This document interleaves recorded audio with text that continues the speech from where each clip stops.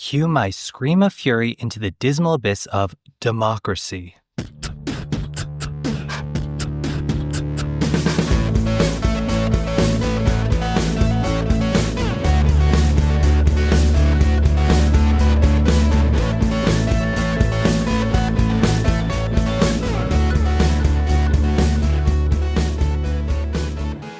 Hello, my LGBTQTs, and welcome back to another episode of A Jaded Gay.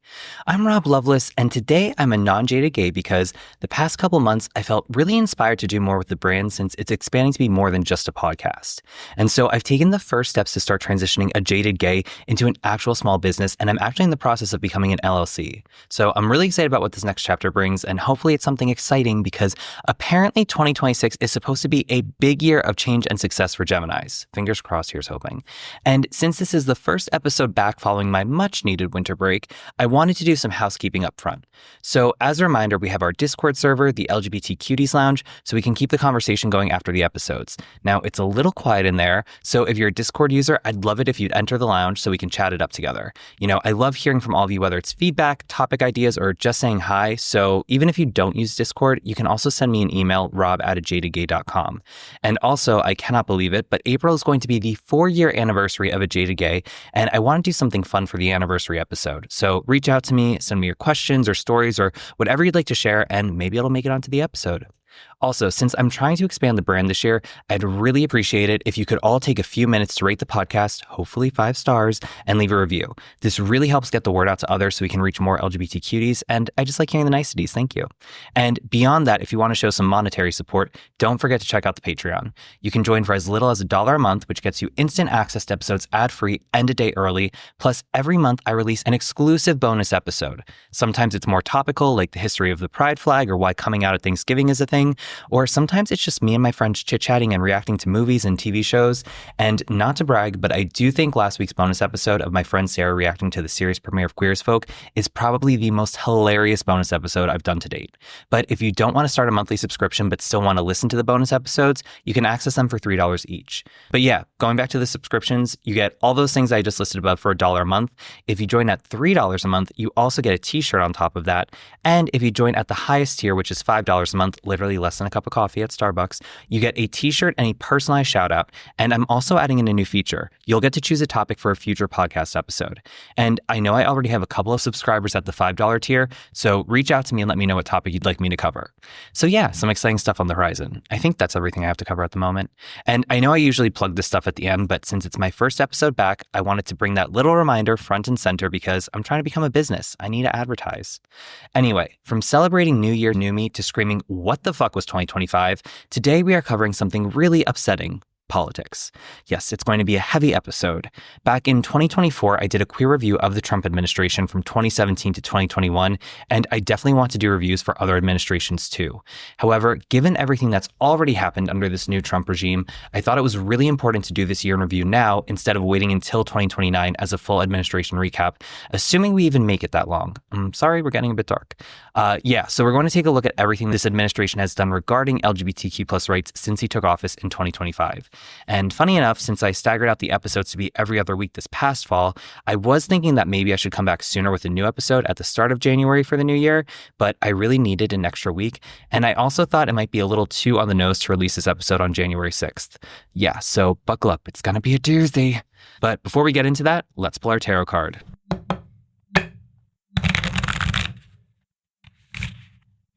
Ooh, exciting. First episode of 2026, and we pulled the Empress, which is a Major Arcana card. Now, as a reminder, Major Arcana cards indicate a big chapter in our lives, which can be scary. But fortunately, this card is very nurturing and associated with maternal energy and the divine feminine. The Empress is number 3 in the Major Arcana, and in numerology, 3 is tied to community, collaboration, and expansion. And when we draw the Empress, it's reminding us to be open to love, passion, and creativity, which we can do by practicing self-compassion and self-love. And when we're kind to ourselves and nurture ourselves, we're opening ourselves up to attract the things that align with our authentic wants and needs. And it's important to remember that attracting things in means we aren't chasing, but instead we're open to receiving what is sent our way, trusting that the energy we're putting out is like a magnet attracting good in. And I hope you're a good nurturer because we're all probably going to have to nurture ourselves after this episode. So here we go. And just a quick disclaimer, I pulled the majority of this information from GLAAD's Trump Accountability Tracker, which also cites their sources. And any additional sources I used are referenced in the show notes. So Trump was sworn in as the 47th president of the United States of America on Monday, January 20th, 2025. And that same day, he signed an executive order titled Defending Women from Gender Ideology Extremism and Restoring Biological Truth to the Federal Government, which declared that the federal government would recognize only two sexes, male and female. However, this is kind of funny. This executive order may have made us all female. So here's some wording from it. Sex shall refer to an individual's immutable biological classification as either male or female. Female means a person belonging at conception to the sex that produces the large reproductive cell. Male means a person belonging at conception to the sex that produces the small reproductive cell. Now, conception is when the sperm and the egg join, and obviously we have XX chromosomes, which has been designated for female, and XY chromosomes, which has been designated for male. However, all human fetuses start out as XX at the point of conception and lack any sex organs. And regarding chromosomes, the Y chromosome doesn't express itself until around 6 to 7 weeks after conception. So, according to Trump's executive order, we're all female now. So, good one, girl. Anyway, the point of that executive order was to prevent taxpayer funds from being used for gender transition healthcare and add, quote-unquote, privacy in intimate spaces in facilities such as prisons, migrant shelters, and rape shelters. Also on January 20th, he signed another executive order that revoked Biden-era policies, including Biden's executive order that addressed discrimination based on gender identity or sexual orientation. He also ordered an end to diversity, equity, and inclusion (DEI) programs across the federal government and put such staff on administrative leave. And upon taking office, the administration removed nearly all LGBTQ and HIV-focused content and resources from the White House website. They also eliminated LGBTQ and HIV content from key federal agency web pages, and LGBTQ+ specific pages were taken down from the Centers for Disease Control and the Department of State. As a follow-up to the executive order regarding gender, on January 23rd, the administration moved some transgender women in prisons into administrative isolation and required that they be housed in men's facilities. On January 27th, Trump signed an executive order directing the Secretary of Defense to reinstate a ban on transgender people serving in the military, which, as you might remember, he tried to do in his first term, which failed after years of legal challenges. However, this time his administration was successful with his Supreme Court allowing this ban to go into effect on February 26th. On January 31st, the Department of Education announced it would reinstate Trump-era policies that narrow schools' responsibilities in handling sexual misconduct cases and expand protections for students accused of harassment or assault.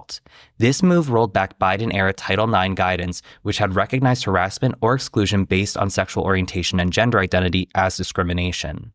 On February 2nd, his administration ordered schools to stop using federal funds for purposes related to gender ideology.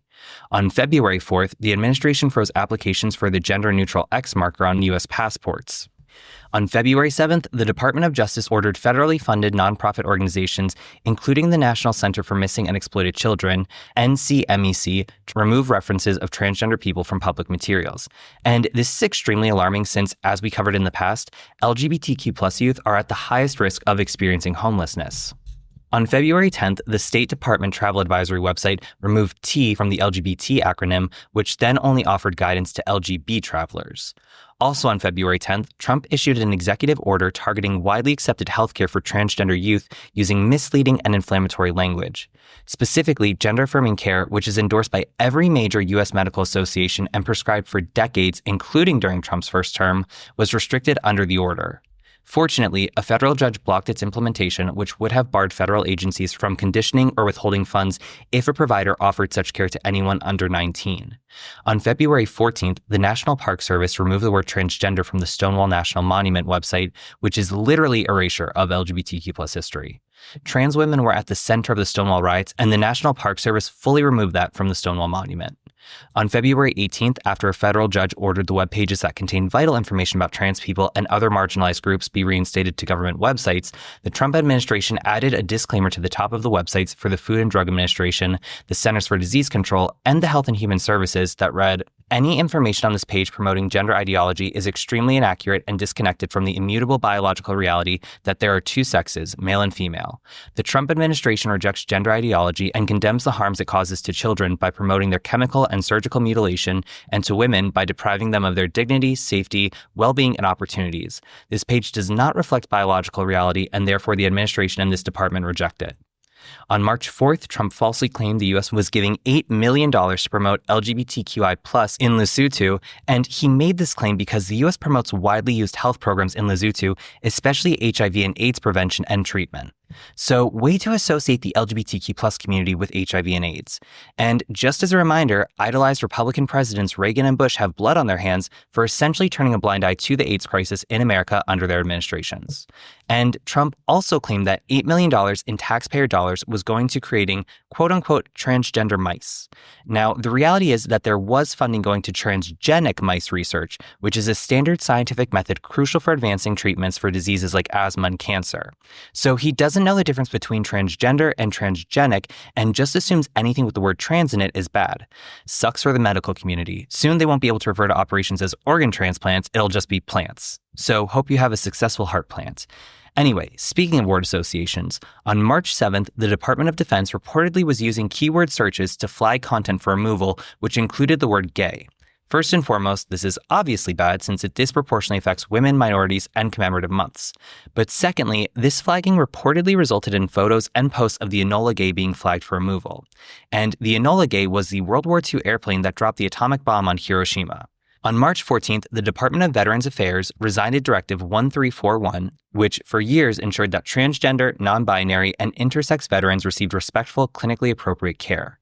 Originally issued in 2018, Directive 1341 established protections against discrimination and set standards for care, including hormone therapy, mental health support, and facility access consistent with veterans' gender identities.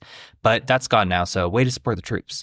On March 24th, the administration terminated approximately 68 grants to 46 institutions totaling nearly $40 million.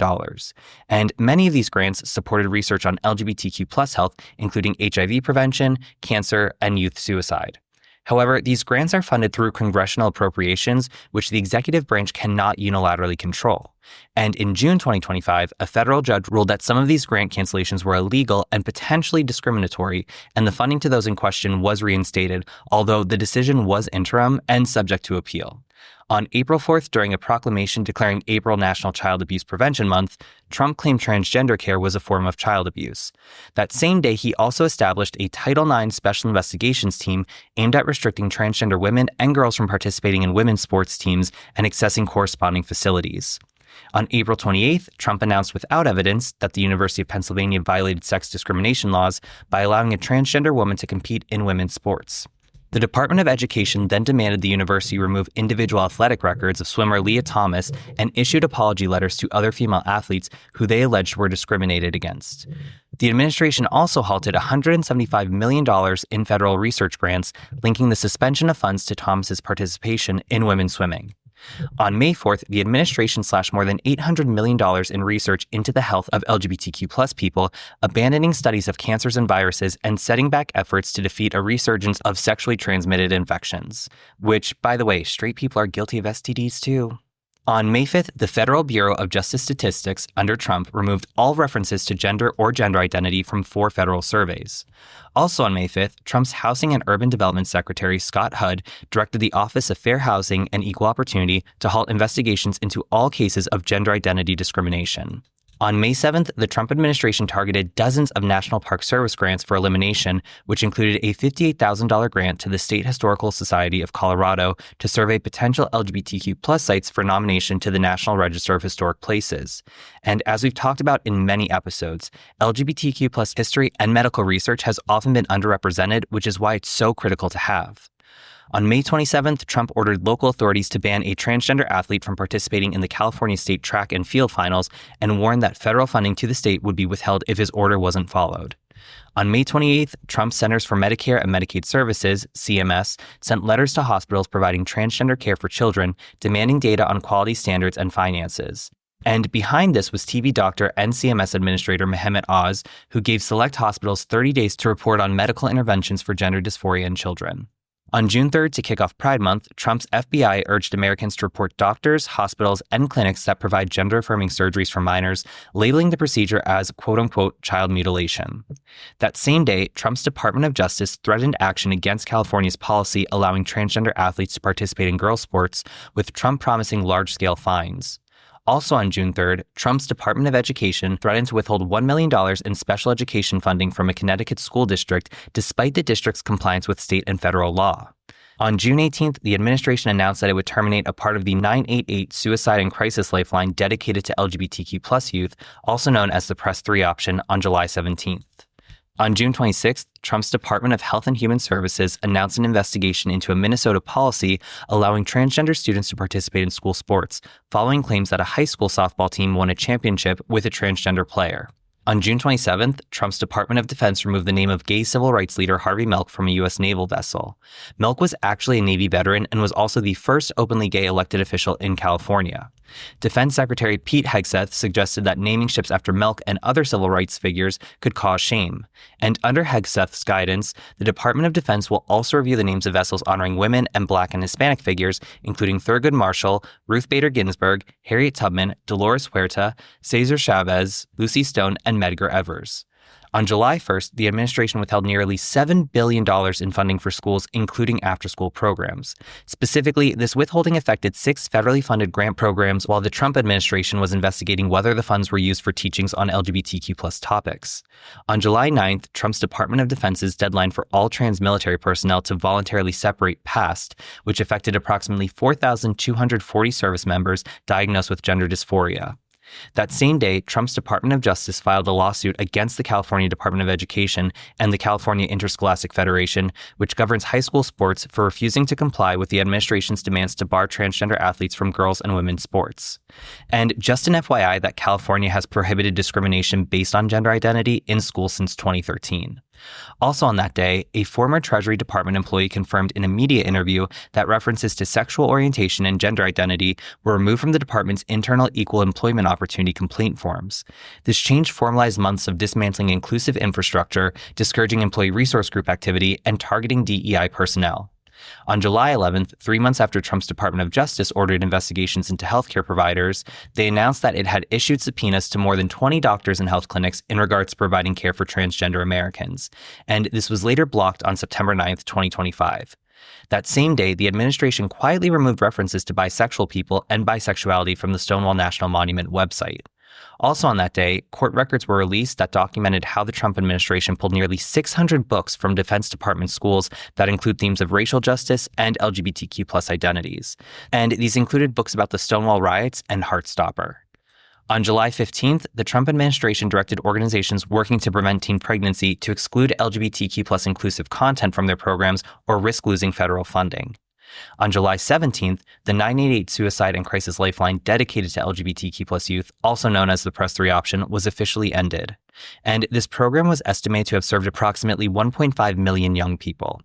That same day, a new report came out that the Trump administration was continuing to dismantle key HIV prevention and treatment efforts. Specifically, the administration had eliminated the CDC's HIV prevention division, cut or delayed multiple HIV-related grant awards, ended a $258 million NIH HIV vaccine research program, and shut down studies focused on preventing new infections among Black and Latino gay men. The report also stated that the administration had requested a $1.5 billion reduction in domestic HIV care and prevention funding and halted PEPFAR, the President's Emergency Plan for AIDS Relief, which was a 22-year-old global program credited with saving 26 million lives. On July 18th, hospitals nationwide, including U Chicago Medicine, Children's National Hospital in Washington, D.C., Connecticut's Children's Hospital, Kaiser Permanente, and Yale Medicine, rolled back or banned gender-affirming care for transgender youth in response to a Trump administration Department of Justice investigation into their practices. That same day, West Palm Beach and Boynton Beach, Florida, announced that they would remove rainbow crosswalks following directives from President Donald Trump's administration and Governor Ron DeSantis to eliminate street markings honoring the LGBTQ+ community. And this came after the U.S. Department of Transportation Secretary Duffy sent letters to governors in all 50 states earlier that month, stating that intersections and crosswalks needed to be kept free from distractions, including political banners. On July 21st, the U.S. Olympic and Paralympic Committee revised its eligibility rules to prohibit transgender women from competing in women's Olympic sports, citing an obligation to comply with federal expectations under a Trump executive order. That same day, the Desperado LGBTQ+ Film Festival, which was hosted by Paradise Valley Community College in Arizona, announced the cancellation of its 17th annual event following a Trump executive order that requires colleges to eliminate diversity initiatives or face the loss of federal funding. On July 25th, the Trump administration opened an investigation into the Oregon Department of Education, alleging civil rights violations for permitting transgender girls to compete in girls' school sports. That same day, the Trump administration's Department of Education announced the findings of an investigation into 5 Northern Virginia school districts, claiming that their trans-inclusive bathroom and locker room policies violate Title IX. On July 29th, Trump's Department of Justice issued a memo to federal agencies threatening funding if agencies support DEI. That same day, Brown University announced a settlement restoring $510 million in funding that had been illegally withheld by the Trump administration. As part of the agreement, the university said they would enforce a ban on transgender athletes participating in intercollegiate sports and would not provide gender reassignment surgery or prescribe puberty blockers or hormones to any minor for the purpose of aligning the child's appearance with a gender different from their sex.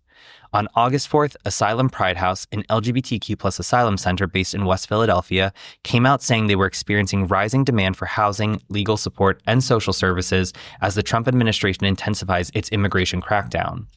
Founded by Victoria Sorois, the organization prioritizes trans and non-binary clients who face heightened vulnerability and unique obstacles in the asylum process.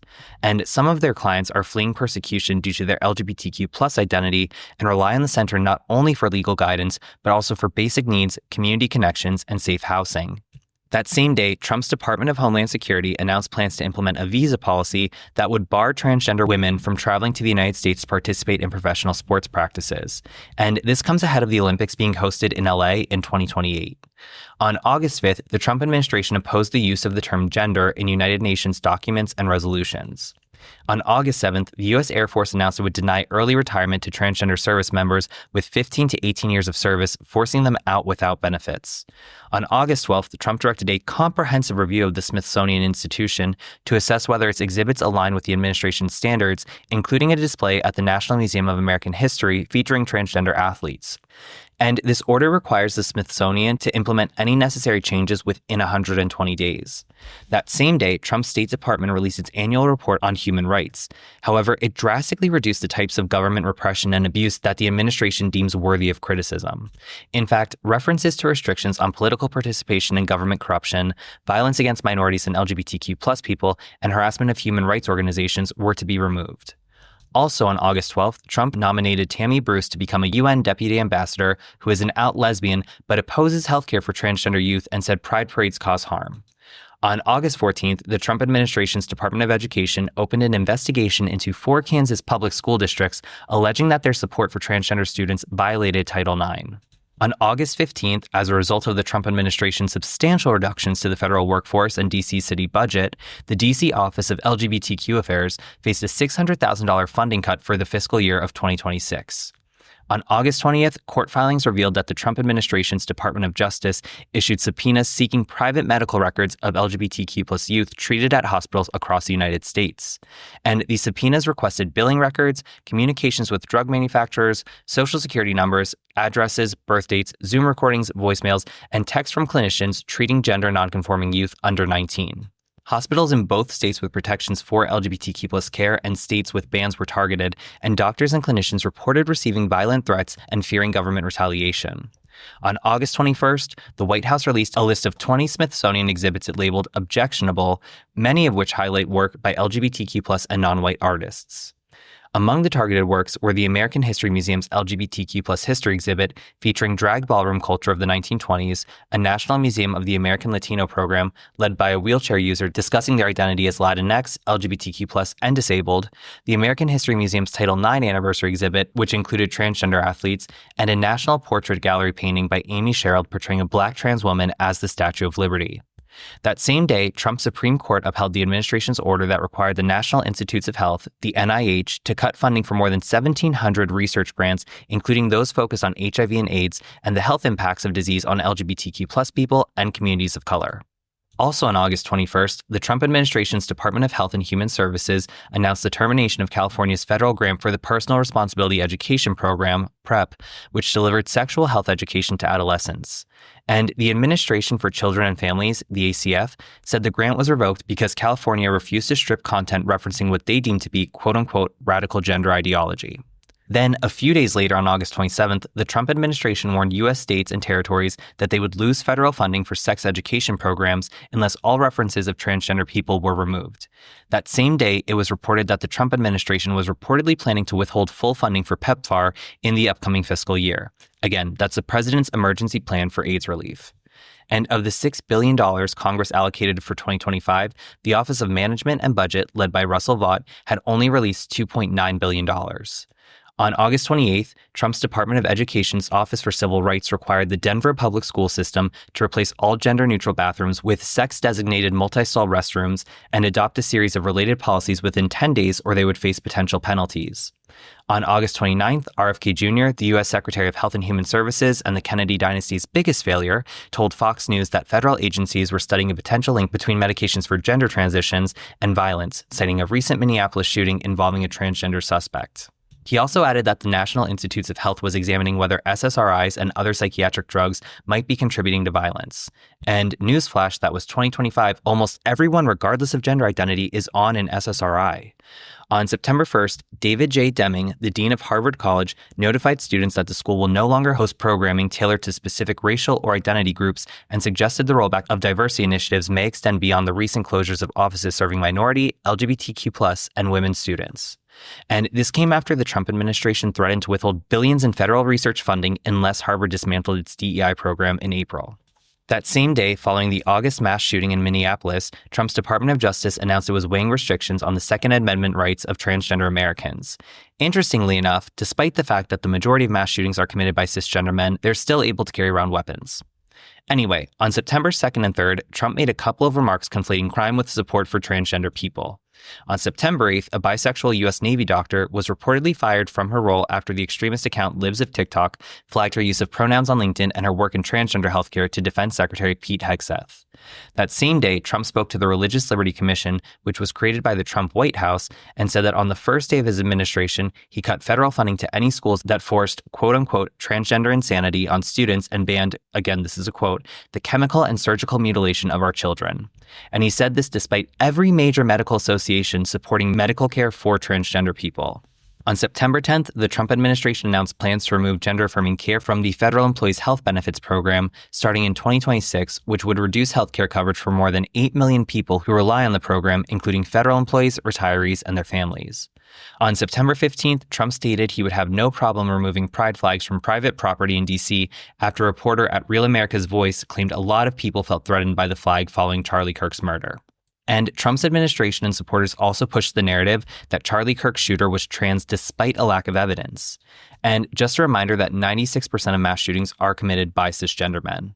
On September 17th, the Trump administration's Department of Education threatened to withhold $15 million in federal funding from New York City's magnet schools if they did not remove trans-inclusive policies, which provide transgender students access to sports teams, bathrooms, and other accommodations. That same day, the administration sent a similar letter to Chicago Public Schools, warning that federal funding would be cut if the district did not reverse its newly announced Black Student Success Plan and resign trans-inclusive policies. Also on September 17th, the Trump administration's Centers for Disease Control and Prevention released an updated priorities list that included a focus on gender ideology and protecting children, and stated that it is a CDC priority to recognize that a person's sex as either male or female is unchangeable and determined by objective biology, and to ensure CDC programs accurately reflect science, including the biological reality of sex. The agency also condemned healthcare for transgender youth, declaring it a priority to protect children from these practices, and noting that it will deprioritize programs that engage in these practices where permissible.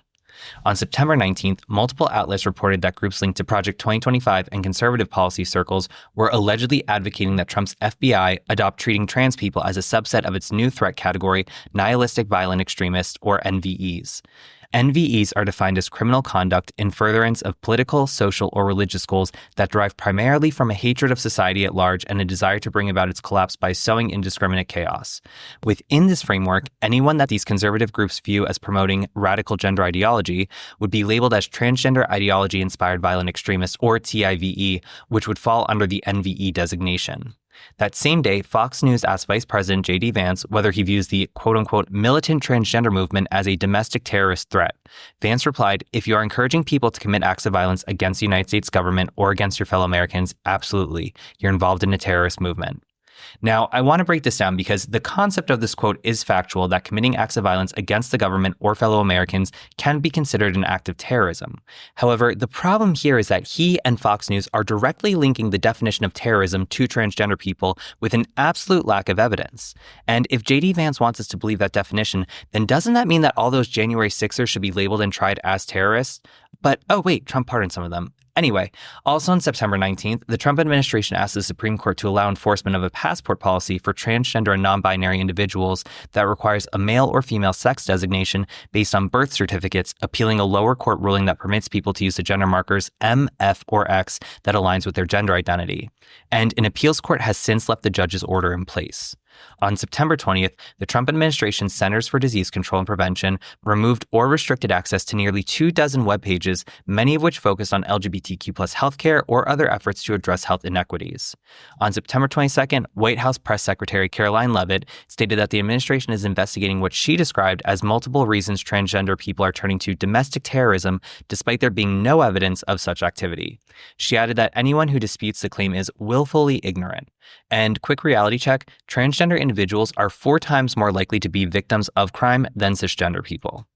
On September 24th, it was reported that the Trump administration has withheld $1.25 million in congressionally appropriated funds from 20 organizations supporting projects for LGBTQ+ and other underrepresented communities.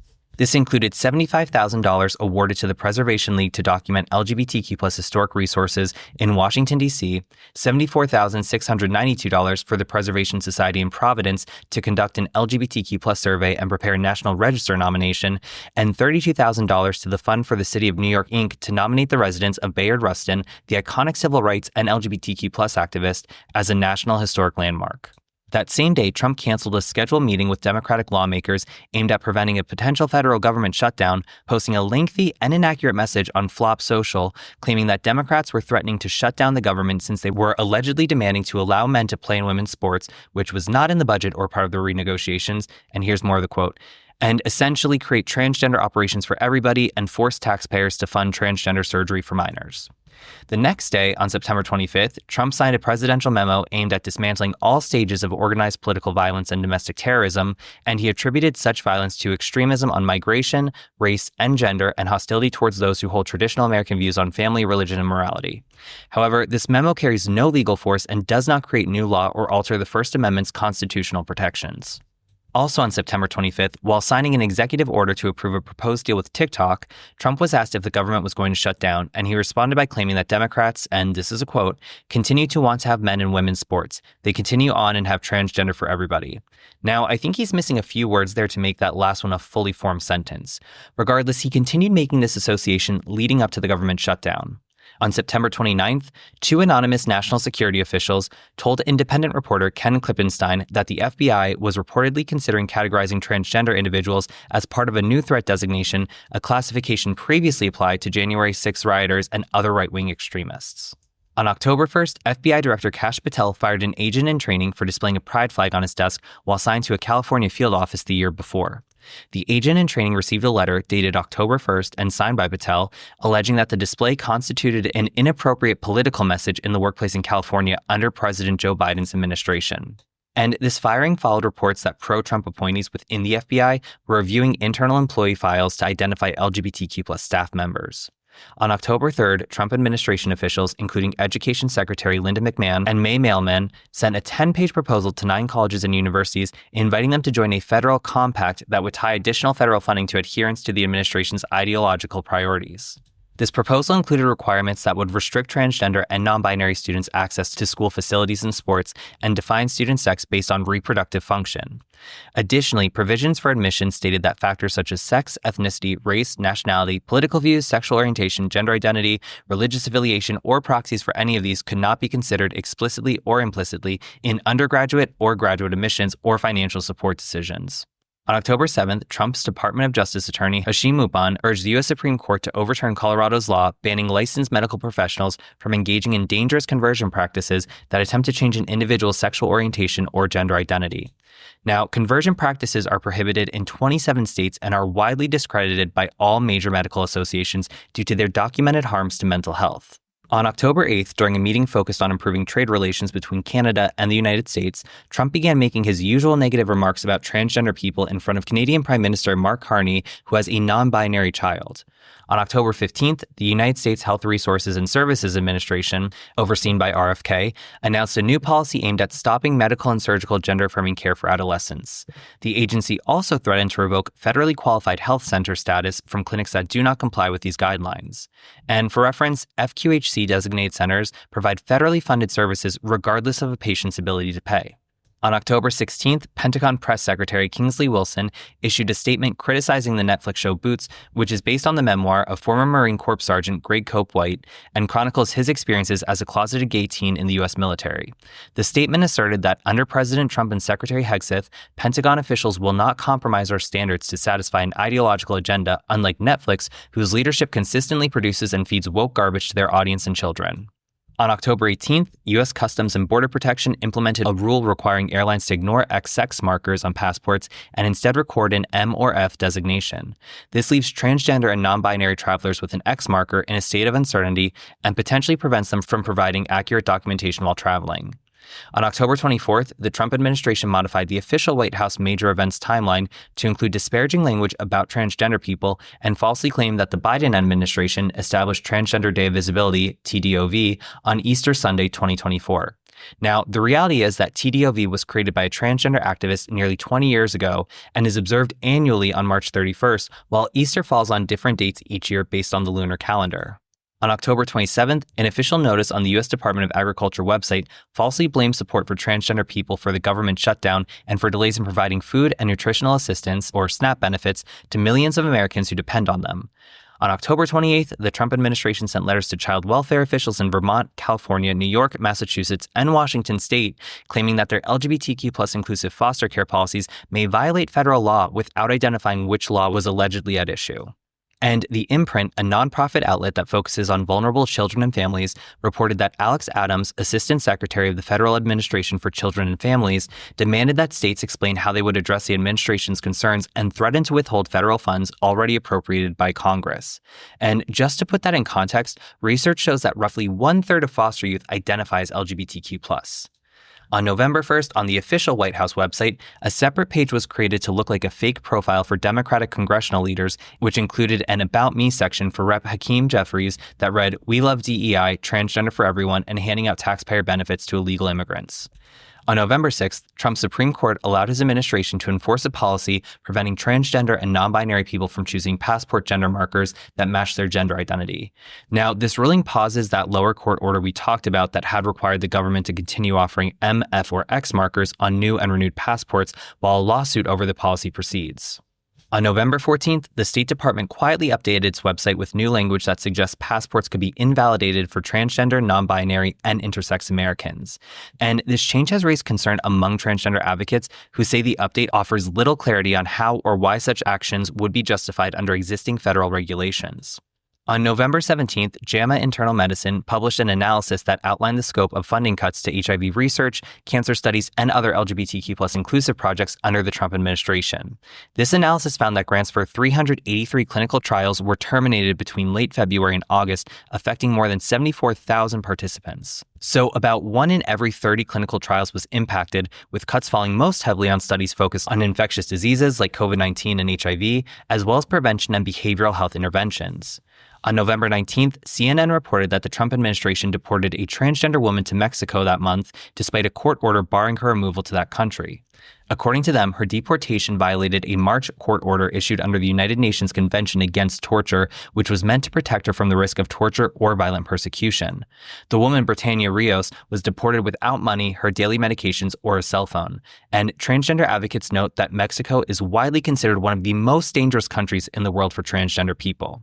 Also on November 19th, the Department of Health and Human Services released a final report criticizing healthcare for transgender youth, despite gender-affirming care being supported by every major medical association. And although the report claimed to be peer-reviewed, STAT News reported that researchers who support gender-affirming care were not contacted even when their work was cited. Instead, most reviewers were outspoken critics of gender-affirming care, had ties to anti-LGBTQ+ groups, and had little to no clinical experience treating transgender youth. On November 21st, the BBC reported that the Trump administration was preparing to formally accuse countries with race and gender diversity policies of violating human rights. Furthermore, the State Department was distributing new guidance to U.S. embassies and consulates that contribute to its annual report on global human rights abuses. And a former State Department official said the new rules exclude protections for women, LGBTQ+ people, religious and ethnic minorities, and non-believers, groups that are entitled to equal rights under U.S. and international law, and described the guidance as showing jaw-dropping hostility toward LGBTQ+ people. On November 24th, it was made public that the Trump administration's Department of Justice had lost its claim, decided on September 29th, against a federal judge who blocked the ban on transgender military service. The judge had ruled that Trump's executive order was, and this is a quote, soaked in animus against transgender people, and that the administration had failed to produce evidence of a need for a ban against trans service. On November 25th, 20 states filed a lawsuit to block the Trump administration from restricting $3 billion in homelessness assistance funding and argued the changes violate federal law and unlawfully target LGBTQ+ people and other communities. On December 1st, the Trump administration became the first administration in 37 years to not recognize World AIDS Day, which raises awareness of the global HIV and AIDS epidemic and had been observed by both Republican and Democratic administrations since 1988. On December 4th, Trump's Department of Justice directed inspectors to stop using standards meant to protect transgender, intersex, and gender nonconforming people from sexual violence in prisons and jails, according to a memo obtained by NPR. The memo states that the Department of Justice is revising Prison Rape Elimination Act standards to align with President Trump's executive order on so-called gender ideology extremism, despite research showing LGBTQ+ prisoners face a significantly higher risk of sexual assault. On December 5th, Trump's Department of Health and Human Services removed the name Rachel from Admiral Rachel Levine's official portrait as Assistant Secretary for Health, replacing it with her dead name beneath the mounted glass used for permanent institutional displays. And Levine was the first transgender person confirmed by the U.S. Senate to lead a federal agency. That same day, Trump's Attorney General, Pam Bondi, issued a Justice Department memo directing the FBI to establish a cash reward system to incentivize people to provide information that leads to the identification and arrest of individuals the government considers part of domestic terrorist organizations. This memo explicitly stated that the FBI should include people promoting radical gender ideology in the list of groups the new cash reward system could target, alongside other alleged extremist categories.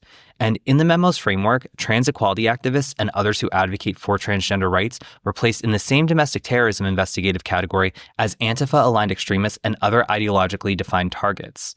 And this departs from how domestic terrorism has historically been defined and investigated, and also the memo failed to provide any evidence linking transgender activists to violent acts. And rounding out the year, can you believe that was just 1 year? On December 18th, Trump's Department of Health and Human Services, again, under RFK, announced new proposed rules that would restrict access to gender-affirming medical care for transgender youth. And these proposals included barring hospitals that provide gender-affirming care from participating in Medicare and Medicaid, and would also prohibit federal payments under Medicaid and CHIP for gender-affirming services for minors. So just a lot of bullshit this year, and you can see that the administration is primarily targeting transgender people. And just a reminder, the letter T is in the LGBTQ+ acronym, so we should all be here protecting each other because, one, that's the right thing to do, and we're all part of the same community. But two, and I think I said this before, for all of the quote-unquote normal gay guys out there who want to distance themselves from that, you can bet your soggy ass that as soon as the administration is done with the transgender community, they're coming after you, whether you consider yourself quote-unquote normal or not. Anyway, let's try to connect this back to the tarot. So again, we drew the Empress. This card is full of that nurturing, compassionate energy and asking us to be open to receiving love. And we can do that by practicing self-compassion so that we're attracting rather than chasing. Now, I'll admit, At first, I found it very hard to understand how this card applies to what we cover today. But what I'm choosing to believe is that the Empress is reminding us to take care of ourselves and our community during this difficult time. I think it's easy to see the headlines and hear these stories and become overwhelmed by anger or fear or sadness. And I think for some of us, myself included, when I see these things, I want to take some kind of action to fix it. Like I want to sign a petition or have a conversation or share something online to change an opinion. And I keep hoping that those who have greater power are able to take some kind of action, like sign a law or establish some kind of committee or something that protects our community or holds Trump accountable. But having that hope has left me disappointed because unfortunately, I feel like I don't really see any justice occurring in our government right now. And I know that sounds grim, but the point of that is to say, maybe that's an example of how I've been chasing instead of attracting. Now, that doesn't mean we should be complicit or turn a blind eye to what's going on or give up, but maybe this card's a reminder that some of the energy we've been expending outward from our anger or fear or sadness, we should instead turn inward to focus on taking care of ourselves, because there's only so much we can do before we burn out. And no matter how out and proud we are, the terrible things this administration is saying about our community can still hurt us. So maybe we need to make sure that there's balance in our lives. In addition to taking action, let's make sure we're also practicing self-compassion and self-love, because we need to take care of our emotional well-being to persevere through these dark times. And we need to extend that nurturing energy to our community too, especially our trans brothers and sisters. We're living in a time where it feels like our leaders are dividing our country, so we need to make sure we're not further dividing ourselves within our community. We've seen this throughout history where our leaders try to turn society against us, like Reagan during the AIDS crisis. But our community has always come together to support and protect one another to get through those dark times. And through our shared resilience, we've always made it through while continuing to push the needle of progress forward. For me personally, it's very disheartening to see the work we've done and the progress we've made be undone by this administration for a second time. And it's easy to fall into the trap of, well, it seems like nothing we do matters, so I'm giving up hope. But we can't. Instead, maybe we redirect a bit. Instead of putting all our energy in chasing for something from people who are never going to accept us, we shift some of that energy to receiving love and support from the people who celebrate us. And in addition to the Empress's nurturing energy, she reminds us of the importance of community and collaboration. And I really think that it's our community who will get us through these next few years so that once this administration is gone, we'll be ready to thrive again. So by all means, please don't give up. And I know this was a heavier episode, so I figure I'll try to end it on a lighter note and hopefully make you all laugh with a little snippet from this month's bonus episode. Hello, my LGBT cuties, and welcome to your January bonus episode. It is New Year's Eve in South Philadelphia, and I am joined by my good friend and longtime companion, Sarah Solomon, formerly Sarah Sabatino. You might remember her from the Surviving a Breakup episode in the early days when we still recorded in a closet. Hello. We're not even one drinking. We're drinking Starbucks right now. It's still early. We're just having a cozy night in. We are baking some brownies as we speak. And speaking of packing fudge, we're going to watch some gay sex today. We are going to watch the first episode of Queer as Folk so Sarah can react to it because one of my favorite shows, she's never seen it.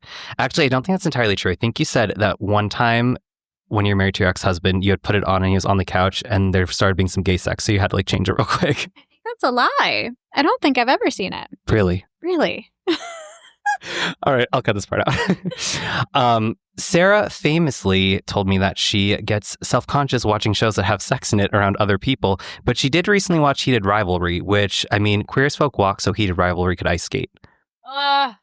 Heated Rivalry. What a night that was to watch the entire season. She's committed. So we figured we can just watch the first episode and just get some of her honest reactions. She's under a blanket with some cheese and crackers, snacking away. And yeah. Do I have to put down my cheese? Preferably, yes. Fine. All right. Are you ready to gear it up? I'm ready. All right. In the words of one of the songs that appears in the show, let's get soaking wet. Oh, love that. I'm going to pop it in. Okay, I'm going to eat my cheese. How many times have you watched this movie? It's a TV show. Well, whatever. Oh, this cheese is excellent. You should really have some. What did you do? He turned off the entire system. He doesn't know how to use his own equipment. It is a DVD, though. Oh, here we go again. It's deja vu. Michael Emmett. I had a dog named Emmett. Showtime presents. Ooh, look at that necklace. Oh, What? Her eyes are wide. Look at his mem. Now, you've visited me in Pittsburgh many times when I lived there, so just tell me if anything about the show reminds you of anything we saw or did in Pittsburgh. Her boobs are glowing. Well, you've never taken me here. We don't have gay bars like that in Pittsburgh. Well, you'd think for the 2000s. Remember you did take me to the gay bar in Pittsburgh? There were penises on the screen? I do. That was the one where I think our friend was falling asleep in the chair. Oh, that's right. Ooh. Oh, he's cute. Who's that? Brian Kinney. Really? Does he come back? Oh. He's one of their friend group. Oh. Look at the chains. Ooh. Oh. How's it going? So that's one of their friends. Yeah, Brian's their friend. 10 minutes? A blowjob. We're getting the cracker ASMR over here. And goat cheese. Oh, who's that? Cruising me? Yeah, cruising is like when you've been like checking somebody out to like hook up with them. There's the 17-year-old baby child. What is he doing in this neighborhood? He should be studying for his little high school finals. Oh, so this kid, like, this is his first time on the scene. Yeah. Where's a good place to go? This looks like a helpful man. Oh, no. I was wrong. Oh, well, maybe not. He seems harmless.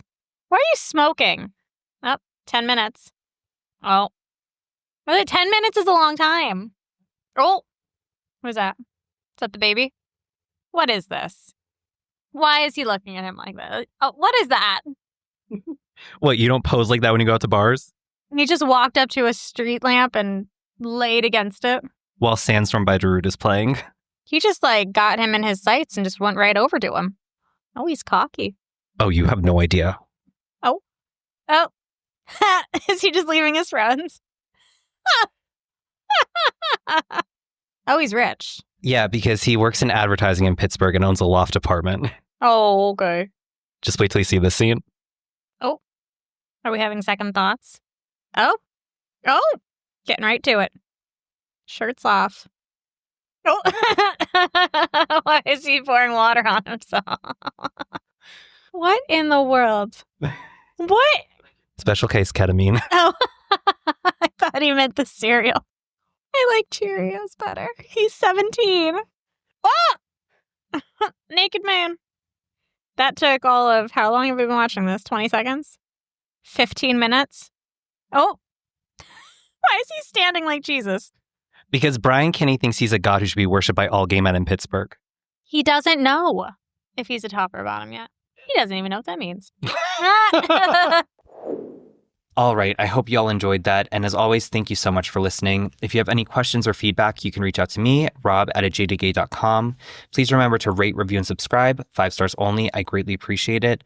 For more information on this topic, episode resources, blog posts, links to merchandise, socials, all that fun stuff, you can visit the website, ajadedgay.com. You can connect with the podcast on Instagram, TikTok, SoundCloud, and YouTube @ajadedgaypod. You can follow me personally, Rob Lovelace, on Instagram @Rob_Lovelace. And if you're feeling generous, you can support the podcast on Patreon for as little as $1 a month. That gets you instant access to episodes ad-free a day early, plus exclusive monthly bonus content, just like that little episode snippet you heard.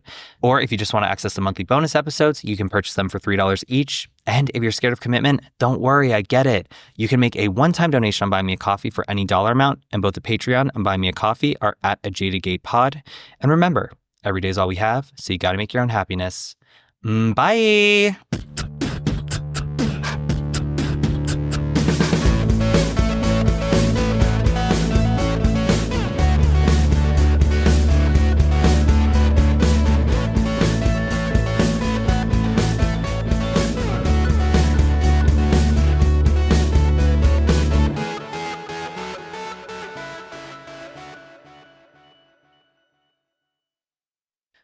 Oh God, I hate him so much.